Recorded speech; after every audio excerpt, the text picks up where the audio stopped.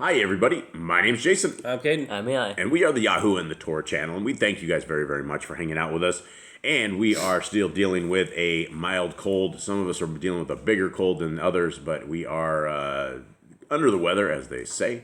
And we hope that you guys are not under the weather. We hope you guys are having a great week. And it is a moon day. It is a Monday for all of us who are having to go out into the workforce. We hope that you guys have a wonderful week. We're sorry that you have to go out into the workforce. But I hope that you guys do have a wonderful week. And we thank you guys very, very much for being part of our family. And you guys are our family as well. And we appreciate you all and we love you. And we are the family who believes that the laws, statutes, and commandments of the Torah, which is found in Genesis, Exodus, Leviticus, Numbers, Deuteronomy, is good for all times, for all generations, for all peoples, for all creeds, for all races, for everybody. And it is what we are hooking our star to. It is what we're hooking our life to. And it is what, if you guys hook your star in your life to, it will enhance your life. It will give you guys clarity. It will give you guys a opportunity for eternity in the kingdom to come. Now, all of us have eternity, but you have to determine where you are going to spend your eternity. And a lot of people will spend their eternity in hell. In fact, Messiah Yahushua says to a lot of people, "Depart from me, you who work lawlessness." Now, lawlessness is iniquity. Iniquity is defined in the Torah. There's no other place that we get what sin is and what sin isn't, except in the Genesis, Exodus, Leviticus, Numbers, Deuteronomy, which is the Torah. Okay. And so we are on the book of Aḍam and Ḥawwah, and we are going to go into chapter 14 right now. Verse 1. When Enosh was 900 years old, all the children of Sheth and of Canaan and of his firstborn, and with their wives and children, gathered around him, asking for a blessing from him. He then prayed over them and blessed them, and adjured them by the blood of Hevel, the just, saying to them, "Let not one of your children go down from this Kodesh mountain, and let them make no fellowship with the children of Canaan, the murderer." Then Enosh called his son Canaan, and said to him, "See, O my son, and set thy heart on thy people, and establish them in righteousness and in innocence, and standing ministering before the body of our father Aḍam, all the days of thy life." After this, Enosh entered into rest, aged 985 years, and Canaan wound him up, and laid him in the cave of treasures, on the left of his father Aḍam, and made offerings for him after the custom of his fathers. All right, so we just lost Enosh. Enosh is gone. He's dead. And we are going to go into the chapter 15. After the death of Enosh, Canaan stood at the head of his people in righteousness and innocence, as his father had commanded him. He also continued to minister before the body of Aḍam inside the cave of treasures. Then, when he had lived 910 years, suffering and affliction came upon him. And when he was about to enter into rest, all the fathers with their wives and children came to him. And he blessed them and adjured them by the blood of Hevel, the just, saying to them, "Let not one among you go down from this Kadesh mountain, and make no fellowship with the children of Canaan, the murderer." Mahalalel, his firstborn, received this commandment from his father, who blessed him and died. Then Mahalalel embalmed him with sweet spices, and laid him in the cave of treasures with his fathers, and they made offerings for him after the custom of their fathers.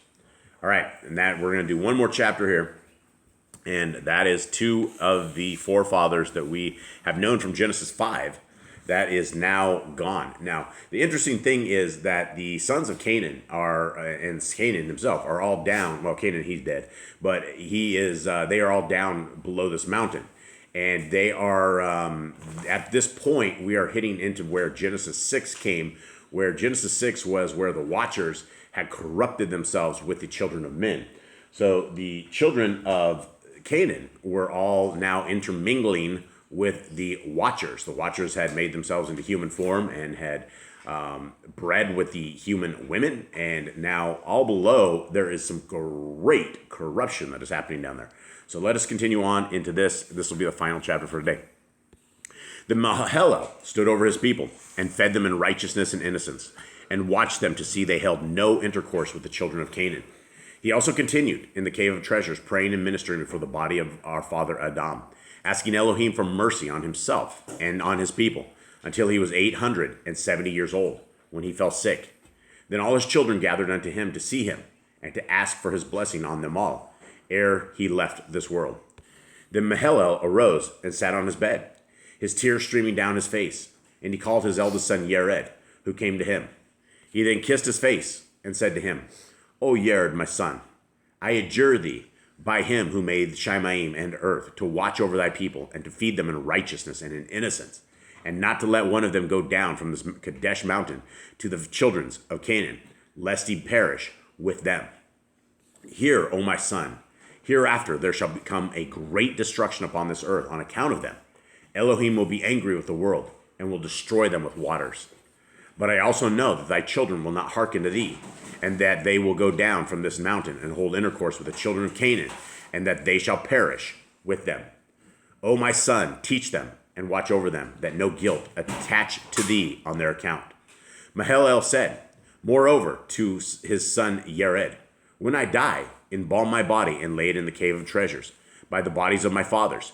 Then stand thou by my body and pray to Elohim, and take care of them, and fulfill thy ministry before them, until thou enterest into rest thyself.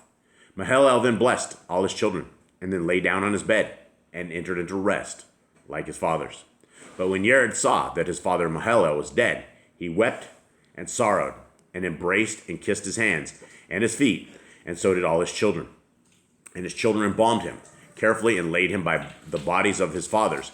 Then they arose and mourned him 40 days.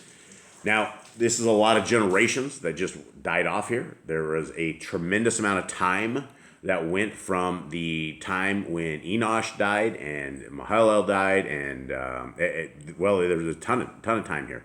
And so this is the forefathers that we have, and they are perishing, and there is a lot of people, and a lot of the stuff we don't get is how many people were there. And there were a ton of people, because we're, every generation, in the 120 years that we have, people can have 15 kids if they were, probably more than that if they were, baby factories.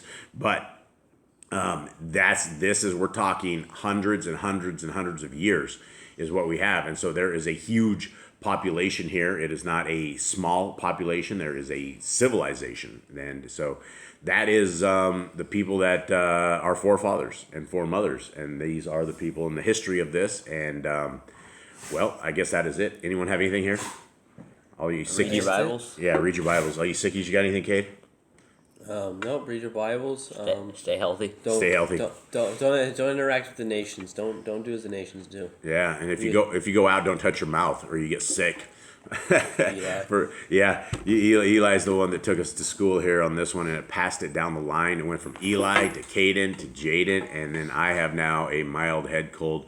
And it's trying to take me to school as well, and so I'm trying to fight it off. So far, Miss Nicole has not seen any kind of pression, which is good because she's the one that takes care of all of us. So with that, everybody, we hope you guys have a wonderful day. I hope you guys have a wonderful week, and we are out. All right, Shalom.